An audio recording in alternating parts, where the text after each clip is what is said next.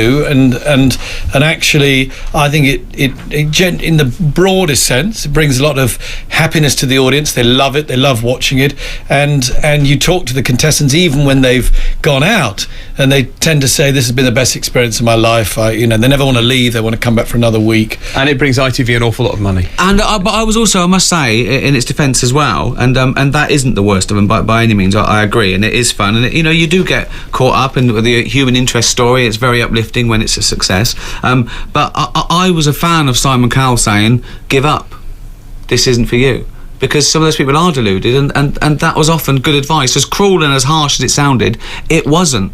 They're probably not gonna have a good time doing this. So I think that he was the voice of reason very often. A couple of other quick questions. Did you see, just on the Oscars again, did you see what James Franco, you wrote on your website, rickygervais.com, an alternate monologue? Yeah, as a joke. And then it was good. But it was good. I did that in about 5 minutes for a laugh. When I was waiting for Coach Trip, and it got picked up as like I was actually suggesting, and then poor James Franco was giving it on air, and he was panicked, he was worried, but it was just a joke. I never expected them to do it or even used it. It was saying horrendous things. No, but then he sort of had a go at you over the globes, but I couldn't work out if he was joking or not.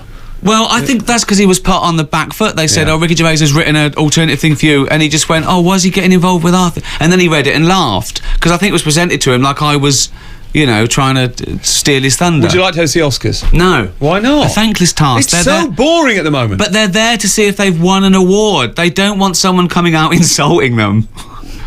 No, but the audience want that. You proved that at the Globes. You turned it into a roast. Am I a performing monkey? I'm not that good. No. By the way, that's what we want on ITV. Performing monkeys. Come on, bring it back. We were using Jon Culshaw as a performing monkey earlier. Luke in Cardiff says, I've just been asked to leave my university library for laughing out loud too much at Ricky and Jon together.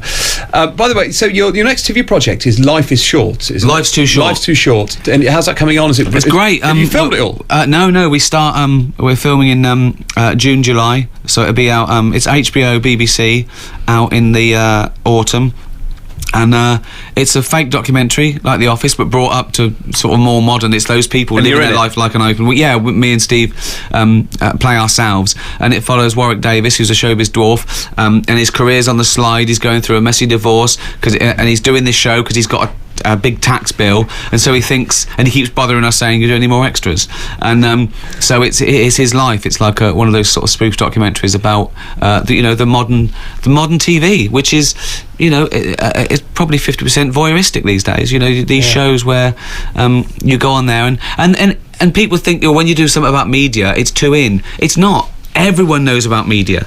I mean, it's part of normal life. Did you watch episodes? I haven't yet. No. That's quite interesting. A lot of people said before that started, that's too in. Why would an audience care about the process of getting a comedy made in America? Then it did really well, and they've sold it. It's a very funny show as well. And they've sold it to over 100 countries. Yeah. You've let Life Too Short slip through your fingers, haven't you? Well, Ricky, I haven't seen Ricky for a while. I should have been on your show with him earlier, Richard. I could have made a pitch on ITV's behalf for it. I've got some great ideas. You got some great ideas? Should we meet? Ideas. Okay. Yeah. Have you? It involves Carl. Let's not do it here. We're on the BBC. Being buried alive. Okay.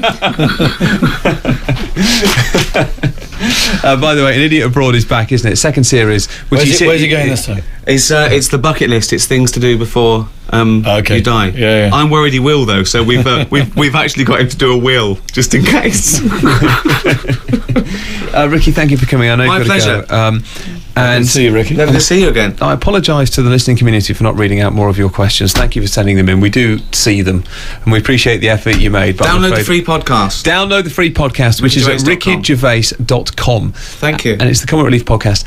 And the Ricky Gervais Show, the animation, is on E4, starting on E4. Is it when? Do you know when it starts exactly? It's on Tuesday night on E4 at 11 o'clock, and then on Channel 4 on Thursdays. Okay, perfect. Ricky Gervais, thank you. Thank you. Peter Fincham, more with you in a moment. We have lots of questions. He's a lovely man. He's a lovely man, yeah. lots of questions coming in for you. We'll talk about ITV in a moment. 85058 bacon@bbc.co.uk. Before that, Lindsay Hipgrave, what's happening out there? A couple of problems on the M6 at the moment. There's a broken down vehicle northbound blocking a lane between Newton Le Willows and Haydock, junctions 22 to 23. Also southbound on the M6, there's still one lane closed at junction 10 Walsall after an accident. That's causing quite a long queue now back to junction 11 at Cannock. The M5 southbound, there's a broken down lorry blocking one lane between junction 21 Western Supermare and 22 at Burnham-on-Sea. The M25 clockwise, long delays between junction 27 and 28. The M11 around to the Brook Street roundabout because of a broken down caravan. It's in the roadworks area, so causing a delay of about an hour at the moment. In Greenwich, there are queues on the A102 from the Woolwich Road flyover. That's heading up to the northbound Blackwall Tunnel after an earlier closure of the A12. And in London, we've got long delays because of problems on the A4 around the Trafalgar Square roundabout. 2 lanes are currently closed there because of a gas leak, and London buses say there are delays of over an hour on the surrounding routes. Lindsay Hipgrave, 5 Live Travel. The ICC Cricket World Cup. Yeah. He bowled. That's an extraordinary dismissal. He bowls. It's clipped away out towards deep mid wicket. It's going out towards the boundary. This could be it. Ball by ball coverage on 5 Live Sports Extra continues this week. Highlights on BBC TV and ball-by-ball coverage on 5 Live Sports Extra. One of the most incredible matches in the history of one-day cricket. To find out what's on and when, go to bbc.co.uk/5live. The ICC Cricket World Cup. Balls as a reverse sweep, and he's going to be caught. On BBC Digital Radio. 5 Live Sports Extra. It is 24 minutes past 3, and with me in the studio, the man who brings you all of this. It sounded like 3 cats being dragged up the motorway. It was just awful. You know, and to compare yourself with the Spice Girls, it's just crazy. Putting it bluntly, do you think Robert has thrown in the towel prematurely? What am I sitting on? A swivel chair. Oh, another modern brainwave? Not very modern, they were invented by Thomas Jefferson. Why does every day involve a fight with an American? Good morning. Good morning. Welcome to Daybreak. The sun is up, and thank goodness we spent good money bringing you this view. I promise you're putting us here. At least you can see it. Thank goodness for that. Thank you very much for joining us on our first day. This is Adrian Childs. And she is Christine Blakely, and these are the stories we're waking up to on Monday, September the 6th.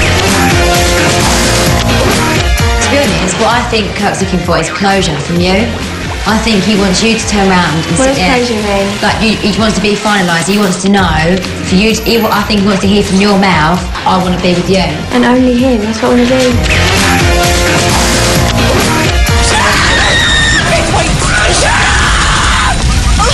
Explosion! Coronation Street! Weatherfield, yes! There's flames everywhere. I think there's people still in there.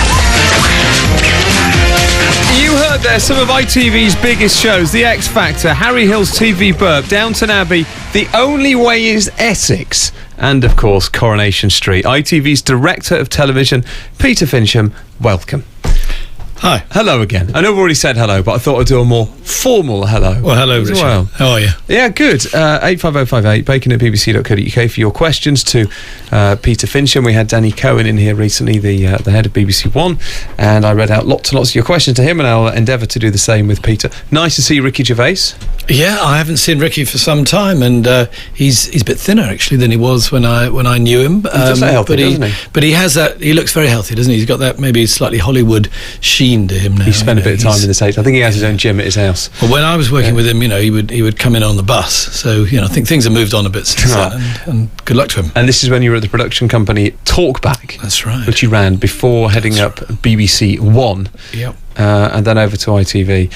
Profits were announced last week. They were up. So is it £270 million after tax? Is that the kind of figure that you've made in profit? It's something like that, yes. I mean, it's been a good year because the advertising market had gone down very sharply in 2009 when the kind of global financial crisis happened. And as things do, as things happen in this sort of world, it's a bit cyclical. So it came back in 2010, and therefore it was a good year for ITV. But we shouldn't shouldn't be. We shouldn't take that in itself to mean anything more than that the advertising market came back. ITV, I think we're at the beginning of a process of changing and transforming the company quite a lot. And in what way? Well, in terms of its place in the